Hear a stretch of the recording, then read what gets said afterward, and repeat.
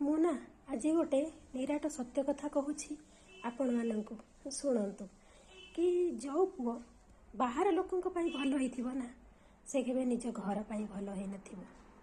ବାହାର ଲୋକଙ୍କ ସାମ୍ନାରେ ତ ସେ ବହୁତ ଭଲ କନା ଆମ ପାଇଁ କିଛି କରୁଛି, ଆଉ ଘରେ ସେ କାହାକୁ ବି ପଚାରୁନଥିବ। କଥା ତ ସମସ୍ତେ ବହୁତ ବଡ଼ ବଡ଼ କହନ୍ତି, କିନ୍ତୁ ତାକୁ କାମରେ ନିଭେଇବା ବହୁତ କଷ୍ଟ ହେଇଥାଏ। ପ୍ରଥମେ ଭାବ, ବାହାର ଲୋକ ସବୁଦିନେ ପାଖରେ ନଥାନ୍ତି କି ବାହାର ଲୋକଙ୍କୁ ନେଇ କେବେ ଚଳି ହୁଏନି। ପର ସବୁବେଳେ ପର, ଆଉ ଯେଉଁମାନେ ନିଜର ନା ସେମାନେ ସବୁବେଳେ ପାଇଁ ନିଜର। ନିଜର ଲୋକ କିଛି କଥା କହିଲେ ସେଟା ଶୁଭାଯାଏନି, କିନ୍ତୁ ବାହାର ଲୋକ କିଛି କଥା କହିଲେ ସାଙ୍ଗେ ସାଙ୍ଗେ କାନରେ ପଶିଯାଏ।